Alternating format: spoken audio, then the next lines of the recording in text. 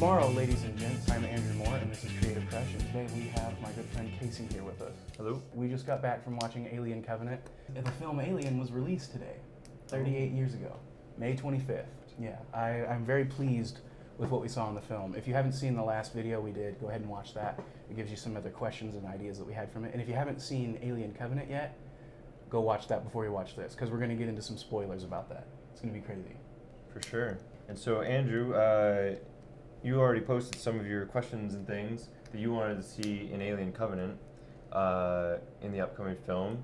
So, coming away from the film, what was like your main takeaways, main impressions? Things that I got out of it the most is that it really builds on the rest of the series. Now, a lot of people may not feel that way, but consider what you gain in Alien Covenant. The things that you discover there, how David was involved in the creating of the Xeno, how the crew of the Covenant was taken by David, and now they're being turned into something else, more than likely. The horrors that they're facing. These things add to the experience of the movie Alien and the movie Aliens, because in those films, you get the feeling of extreme victory. By the end of it, so much terrible things have happened, and Ripley finally destroys the alien, and then, she comes out at the end of it, and she has this moment of peace, and the music plays, and it's a very somber moment. Mm-hmm. And when I first watched it, I was very much like, oh wow, that's a great accomplishment she had. She made it. But now, going back and seeing those again, after having watched Alien Covenant and connecting that with Prometheus, it's even better, because now you see that it wasn't just for her.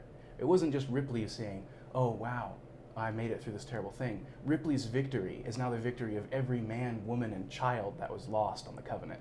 Daniels could be dead now. We don't know. Her loss is not in vain, because of Ripley's success in destroying the alien throughout Alien, Aliens, and Alien 3. Each of those moments become even richer because of what we gain from that. It is really interesting what Ridley Scott, as the director, is doing with the franchise, as he's sort of taking it back after years and years, as we know.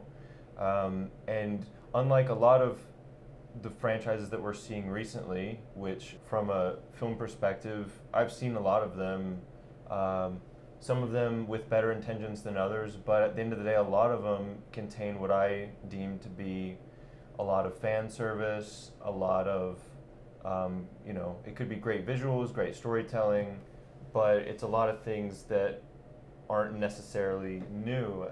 And so anytime, like with Ridley Scott, that you see new things going on in the film, and it's really, in that way, it's kind of impressive what he's achieving with these films. And like you're saying, that it is causing like this deepening of the Alien universe, what was previously known about it, which is another interesting thing that I'll sort of ask you a little bit about, because in this attempt, in as much as he's not just going the same old route, but he was quoted with saying that after Prometheus, he got a lot of feedback from social media that he very much listened to, where people wanted to see the xenomorphs, and so he followed that desire from the fans, but not in any way that is in any way a rehash or revisiting the same old sites. Mm-hmm. And it's really dividing critics a lot more than I would have thought. For a lot of the sort of what I'll call the more fan service reboots out there, the critics really, it goes by smoothly. Everybody just likes it, as they do. But there's all sorts of critiques coming out about this film. Some people want it to, they grew up on the original Alien and liked that it was just a genre picture. It was a pure genre picture with a bit of a twist, and that was it. It was just alien on the ship, and the next people, and the reason it was eating off and killing the crew was they were just the next people on the food chain, and they don't like the complication and the adding of the mythology and the deepening in that way. Other people are sort of addressing it on the different messages and the different motifs that it establishes, and we'll touch on those a little later. But it is just interesting the discussion it's causing. Really is for me as a filmmaker, it's an indicator of success more than anything. Yeah. Like what he's accomplished there is amazing, because there was already a deep lore that existed. Like after the first film was made, even before the second film came out, there were already like people telling their own stories about it. There were novels that were made. The popularity of the comic books and other series became greater after the release of Aliens, because it appealed to a greater crowd, because it was more of an action-packed thriller than how Alien was. Alien was fairly slow-paced. There wasn't as much intrigue with the characters and the fighting. You know, it was more of the worry and the threat and the fear of what could be around the corner, what could be in the dark. That was the power of Alien. And so yeah, like even now, like even before Prometheus came out, there was so much lore that had already been created about the universe that it's hard to please all the fans, because all these people, because even amongst those comic books, there are discrepancies. It's like, well, which one's true? And Ridley Scott, whenever he took back the franchise, whenever he was like, you know what, I'm going to go back to this and tell the story that I originally wanted to, he wiped that all out. You know, he's like, okay, we're gonna tell the story the way that I had originally wanted to tell the story, and that's perfectly fine. There's absolutely nothing wrong with that. Oh, and now he's kind of going back, and so now there's things that connect all the way from Prometheus being sort of the first in the chronology to, you know, Alien 3, or I guess Alien Resurrection. We can leave Resurrection out. I wasn't sure how you felt about that, so that's why I kind of... It's a decent film in its own right. It's hard for me to love it because it's kind of campy. Right. You know, it went from like, you know, exotic, crazy, you know, of 3 alien world kind of thing that we experienced throughout Aliens, and Alien 3, where it's just a very like grungy world, and like, you know, it's like, but it feels almost like poetry. It's like Greek mythology. You know, there's something very mechanical about it and very real. And but then in Alien Resurrection, it was more like a Michael Myers slasher film kind of thing, where it's like, and it's just okay, that's cool, I guess. And yeah. Anyway, off that horse. Yeah. Alien Resurrection fans, it's okay. I mean, I can understand it. I respect it as a film. It's just not my favorite of the franchise. Right. Yeah, I haven't met hardly any people who it is for them. Just slouch until you're finished. Along with that, you know, just the idea that, you know, this is a big universe, and it's not an easy thing to do to stitch all of it together into a single universe, you know, where each piece can connect, especially since it spans so many years and gone through a number of directors and writers, storytellers. There's a lot that's gone into it. Well, there's so many fingers in the pie. Eventually, you've got to slap some hands and determine who owns the pie, if you want to tell a complete story anyway. Sure. You're talking about the critiques of Prometheus as far as like the fans? Yeah, fan critiques. Okay, because I was like, the general movie crowd was pretty polarized. There were some people who were kind of scathing about it. But whenever, like the first few weeks of it being out, you know, there was some mix, but overall people were like, you know, that was a pretty good Alien movie. Like, and then there was a whole like, oh, well, where's the Xeno? And like, oh, well, I wanted that, and this wasn't what I expected. And I don't care about the space jockey. I just want to see aliens attack people. And like, well, those are some questions we kind of need answers to. I mean, I've been wondering that ever since I saw Alien the first time. I'm like, who was that big elephant-looking alien man? And now I know. It's like, oh, okay, it's the engineers, and they made humanity, and they're connected to us, and this is all one big whole.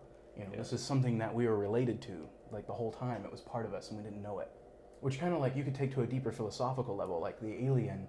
What Giger designed it from was his own nightmares and the greatest fears of man.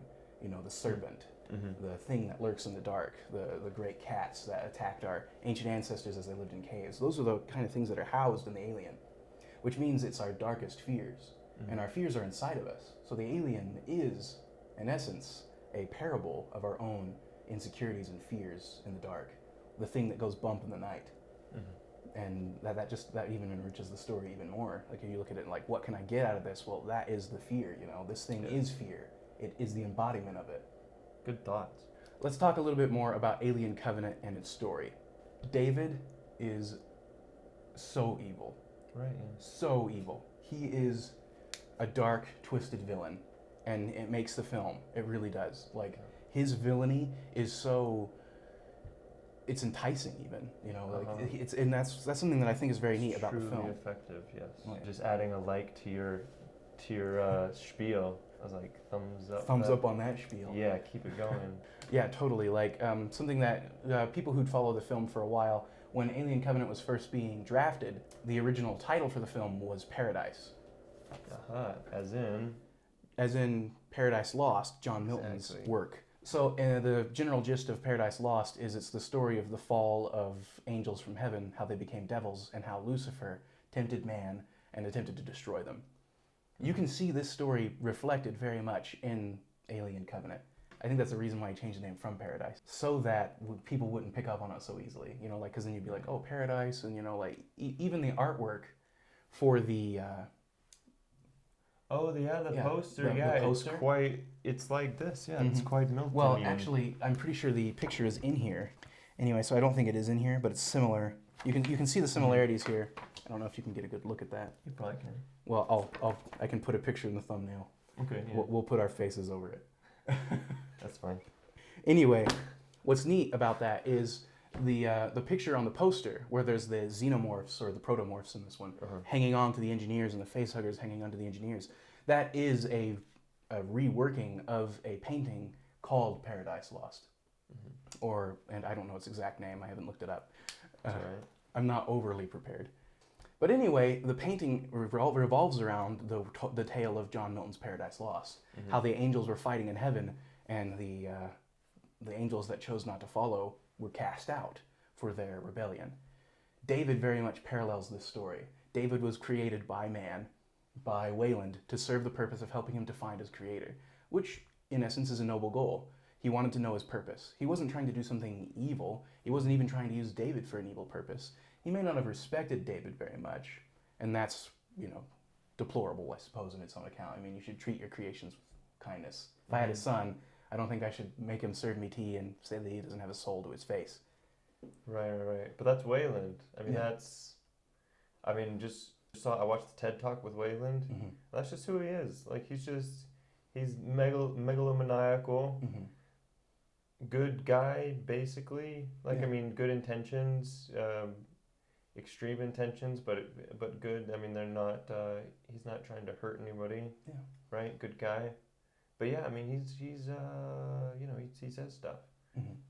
Yeah, he has flaws, and all people do. And True. David, being told that he was perfect, believes that he has no flaws, and that is his flaw. David believes he's perfect, even though he has mistakes. But yeah, that becomes clear through Walter, because when David is quoting Ozymandias, Walter eventually comes back to him because David said that it was... and then he said, no, that's Byron. Byron. Yeah, he says it was Byron that quoted it, but it was Shelley. Shelley is the actual writer of Ozymandias. Oh, okay. And David was wrong, which means David has been wrong on a number of things. Oh, a great many things. Yeah, on a great many things. Another reflection of the fall of Lucifer, where he believes that he is absolutely right, even though his path is the path of destruction and cannot truly create anything. That is David's legacy. David is Lucifer in this story. Right. He is the ultimate villain, and he portrays it so well. Michael Fassbender really owned it, and it was an excellent portrayal. And yeah, as a matter of fact, that's one of the main topics of discussion among the critics of this movie is how great of a villain David is. Because for myself, having not seen the original Prometheus, seeing sort of that turn and seeing where it went, at some points you could see where it was going, but at other points you really didn't know, because David was the one to appear there, in the cloak with the flare gun in the middle of the field when the neomorphs were attacking and everything. And so that plot point really gives you a sense of security, and as he brings them into this place where they're safe, but it's it's very quiet, and the next following scenes are a series of very sort of quiet discussions between David and Walter, and it sort of creates this feeling of of security. Now, when the story takes a turn, and and a lot of critics have sort of called it almost like a Dracula sort of a thing, or like a mad scientist sort of a thing, holding up the lantern and let me lead you into my laboratory and show you what I'm working on. And pointing out the contrivances there. The movie really separates itself, though, and it ends up not being a contrivance, because you don't know that they're going to play that card. I'll say it is a card to play. It is, they are sort of, it is a bit of genre mixing, But it is a very interesting choice, and it works completely. And so when you start seeing these things starting to take place, it never comes off as forced or a contrivance or anything. It's what in fact makes David as the villain so memorable and the subject of so much discussion. Which, from the first time I saw it, I thought it was incredible. One of the interesting points, though, Vox, for example, we're just reading this over, kind of, and I don't know who they get to write this stuff, but their position is that while he is this Lucifer, this Satan archetype, that he doesn't completely parallel with the Paradise Lost character, or for those of us of religious faith that of that figure. So and that basically Lucifer couldn't create and David can. Okay, so we can rule that out right now, because what he creates is not actually what the engineers created. Yeah. That would be truly what is it called? A fallacy between the Satan archetype and his character. If he could create like the engineers create, however, he cannot create. He's piggybacking off of what they built. His form of creation is this sort of bastardized version where he creates xenomorphs because he figured out how to, and it's a very twisted, sort of in that mad scientist sort of a way. It's imitation, is what I'm saying. That's all it ends up being. No, yeah, totally. It is imitation. And so it doesn't, in fact, break the Lucifer archetype at all in that sense. It holds it, if anything. Because that's one of his big tropes, especially in Paradise Lost. He imitates the real thing. He comes in the form of an angel. He comes in the form of something that is friendly or attractive. And that's very much what David does throughout the film. Like, even whenever the scene where David walks up and the neomorph comes face to face with him, and Orem has the gun over the shoulder, and David's like, you just need to, communication is key. And he's like, if you breathe into the nostrils of a horse, it'll be your friend forever. And he exhales on it. Something that's entirely possible there, because David has a lot more control over his body than other beings do. He was designed that way. It's possible David was releasing pheromones to specifically communicate with it, because whenever he exhaled on the neomorph, you could see his shoulders droop slightly, and its breathing calmed. Right. It calmed down its breathing as well. It's possible that he could do that. Now, if that's the case, then that means that he could be even more seductive, because Captain Orem, was distrustful of David, and he was like, "I'm gonna," he's like, "You're gonna tell me what's going on, or I'm gonna seriously f up your perfect composure," And then David takes him into the place, and his resolve starts to crack. He even calms down a bit. It's possible David was releasing, aromas, pheromones to calm down Orem, to lull him into a false sense of security, so that he would walk up and mess with the egg. Which is an interesting point, because, again, there are multiple other situations in the movie with Daniels and other characters where, to us, the audience, it seems at least semi-apparent that he's not Walter. Yeah. And even though he's adopting Walter's accent and so forth, so that gives explanation to a lot of the other plot points in the movie where people don't suspect him maybe when they should, or they don't look very closely, things like that. Not to mention the fact that even if we exclude that, he is very, very influential. David knows how to talk to somebody. He knows how to push your buttons. He knows how to pull your strings. And David does that perfectly every time. Like, even if we took out the idea of pheromones, the things he tells to Orem are exactly what Orem needs to hear to be lulled into a false sense of security. He describes it to him in a very matter-of-fact, science-based way. He's like, it was natural. It was this way whenever I came here. This is their legacy. This is what they left behind. And it sounds almost comforting coming from his lips. Now, us from the outside, we're not experiencing it the same. We know what's going to happen. So it's harder for us to feel like, don't go near that egg thing. And maybe we pick up on some things that otherwise, if we were in the situation, we might not, because we don't know what it would be like to be there. I think another thing about the David character, people were saying, attributing the fact that he's a great villain to, a couple things. The fact that he does have these sort of attractive qualities, that he does have a lot of screen time, and that in the end they let him win, kind of, or the plot lets him win. Michael Fassbender is really attractive, though. All right. Okay, next piece. Yeah, a lot of the things that I've heard about the story is that it's just contrived, or that the characters aren't fleshed out, or that there's not enough alien fights. You know, they wanted this to be another James Cameron's Aliens. You know, that's what a lot of people were like, oh, well, that's what we meant whenever we were like, there wasn't enough aliens in Prometheus. What we really wanted was this big, you know, gunfight with, like, we want another Hicks, and we want another Hudson, and we want more game over, man, game over. You know what? That's great. I could go for some more of that too, but that's not where we're going with this, and that is perfectly fine for it to go this direction. When Ridley Scott made Alien, Alien was not this gung-ho soldier movie. It was a slower paced, mystery-filled horror movie. I like that we're getting more of that experience.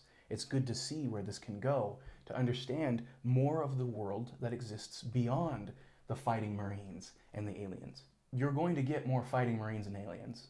Ridley Scott mentioned that he's going to do more of these films and that it'll eventually culminate with a battle for Earth, with David's angels versus the United States Marines, essentially, versus the Space Marines.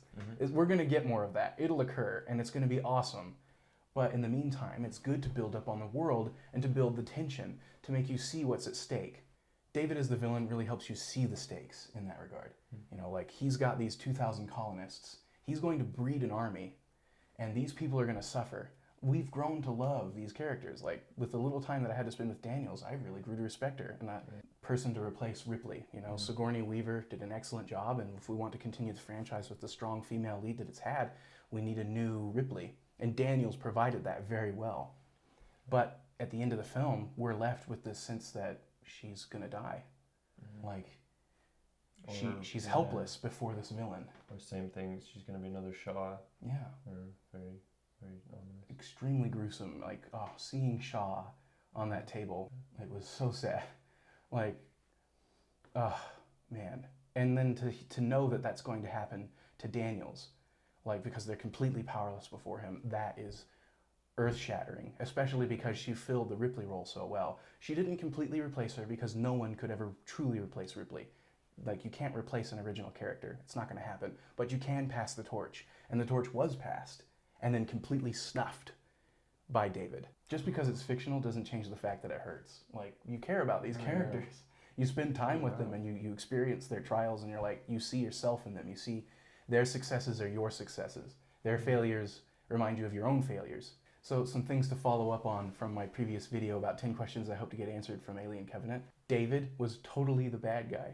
Now, I was thinking, and whenever I mentioned it, that it was the synthetics or the artificial people who were the bad guys. And there's still evidence to suggest that. Right. And he is totally trying to use these morphs to destroy mankind, to replace them. I've always thought that in Aliens, the way that Bishop was so interested in the remarkable specimen, the facehugger that he was examining, that it was entirely possible, I thought, that whenever he left the platform and Ripley went to get Newt, that he went and collected eggs himself. And that whenever he got jammed, he did that on purpose so that the alien queen could climb in. I think it was entirely possible. He was trying to bring that back to the ship just so that he could continue the work that was installed inside of his mind by David, perhaps, you know, that he's orchestrating this great war against mankind, and he keeps getting subverted by Ripley, who was this great savior of man. I think that's very possible. It would also explain the eggs in Alien 3, because everyone's always like, well, how did those get on the ship? It's possible that Bishop collected them, because Ripley was gone for 20 minutes. We know these ships can go pretty damn fast.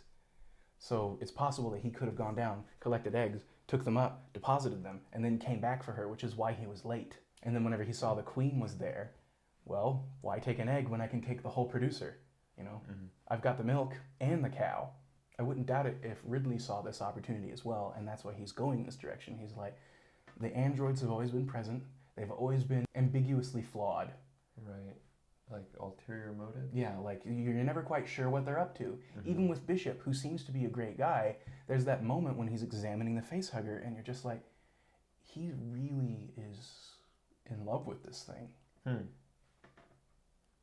it's pretty scary, you know. It's like, what is he bad? Makes you think about all the other synthetics and David being the origin of that, and seeing like similar behavior, but much more drastic in him as sort of the originator of it. Mm-hmm. This even links a bit with the lore inside Alien Resurrection, which is a film I rarely delve into, but it's still part of the franchise. In Alien Resurrection, there's a part where they're talking about Call, who is a female character that is a synthetic. They discover that she's a synthetic whenever she's wounded, and they see that she's bleeding the white blood. And one of the characters exclaims that he never thought he would get to see a synthetic being because there was some kind of great war that occurred where they were all destroyed. It's mentioned very briefly. You don't get a lot of information on what happened to make it so there's no more synthetics. And he was like, man, I never thought I'd get to see one. Wow. Yeah, that's quite a leap. So yeah, that creates a connection there because Alien Resurrection takes place 200 years after Alien 3. That's a lot of time that Ridley Scott could fit in that great alien war, and the humans eventually won that.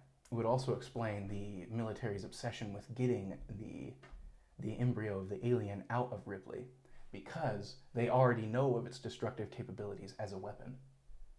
So they could use it as a deterrent. Well, if you don't do what we want, well, we can't keep these aliens from coming back, and then they just release them. It's also possible that there were more synthetics who were puppeting these military groups to try and get the alien again. Another thing that we still don't have any clarity on, though, is the company involved. Is Weyland-Yutani involved in this? From what I can see so far, like from what we learned in Weyland, from Weyland Corporation, like if you go back and look at some of the stuff from the Prometheus promotionals, if you go back and look at some of those, the things that Weyland was doing were miraculous. Like he ended global warming, he created world peace, he provided like greater opportunities for growth and food and safety across the whole globe. He created faster than light travel to build better worlds, to help people. His goal was to improve life on Earth. He wasn't being selfish for himself. He wasn't being this selfish man who's like, all glory to me. He was trying to help a lot of people, and he did a lot of good. Whenever Weyland-Yutani Corp formed, we don't know exactly what it's like, but from what we can see, they weren't intentionally sending the Covenant out there to be alienified. Maybe the company actually is really good guys. They're just trying to do good things. They were never the bad guy at all. Ripley just assumed they were. The reason everyone thinks the company's the bad guy is twofold. One, an alien. Ripley says, the only thing I can think is that the company wanted the creature for its weapons division. That was her best guess. That doesn't necessarily mean that it was the right answer. I mean, she probably just got gypped a company bonus. They were always talking about the bonus situation. So they just had a bad opinion of the company.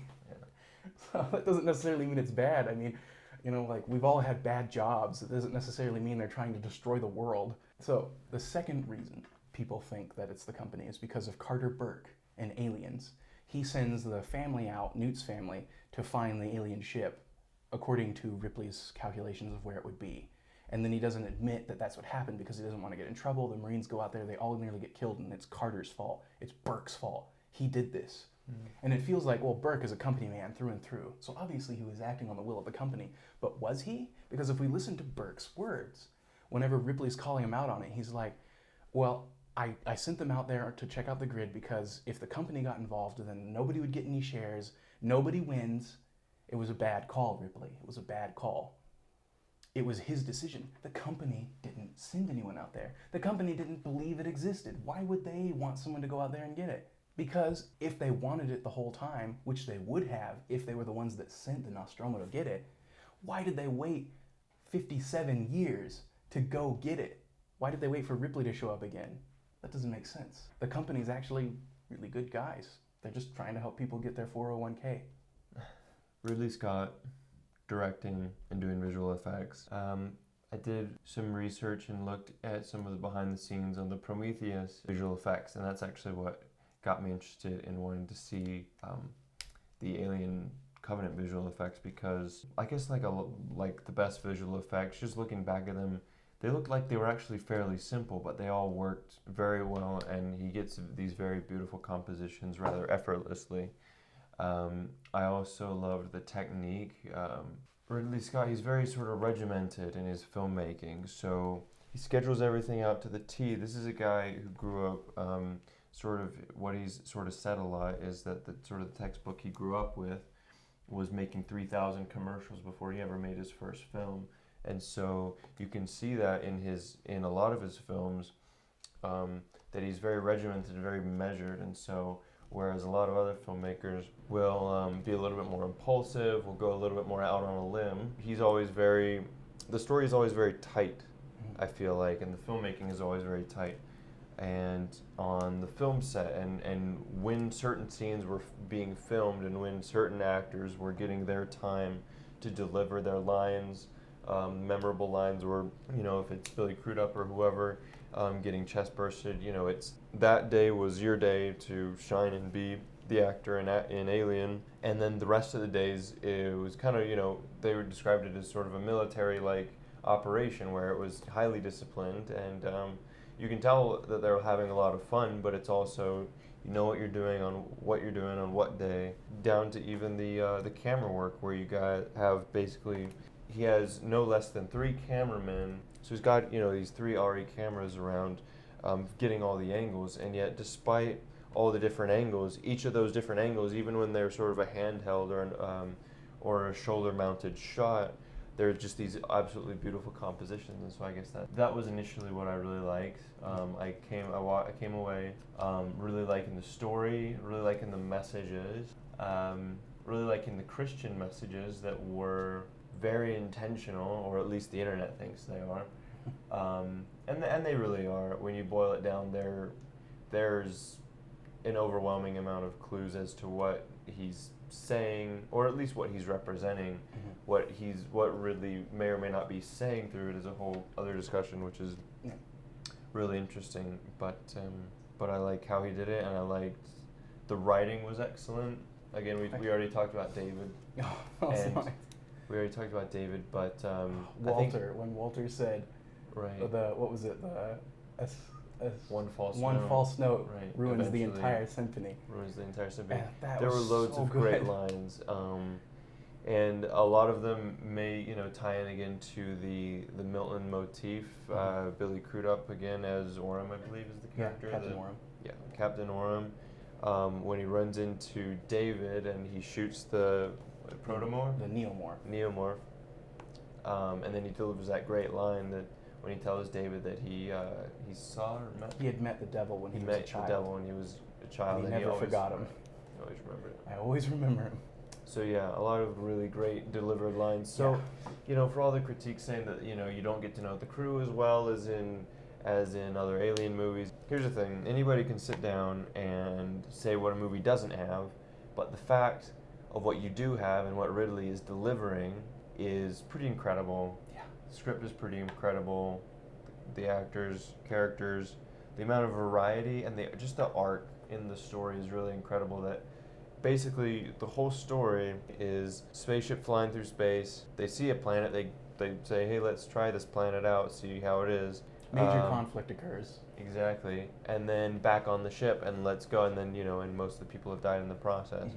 And that's the formula for all Alien films. Right. And so even though, despite when you step back and it's like, oh, that's all that happened, but the amount character development, you want to talk about character development and plot development, the sheer amount of stuff that transpires within that is really amazing. The amount of variety. You go from being on the spaceship, you get some out in open space, sort of some scenes in there.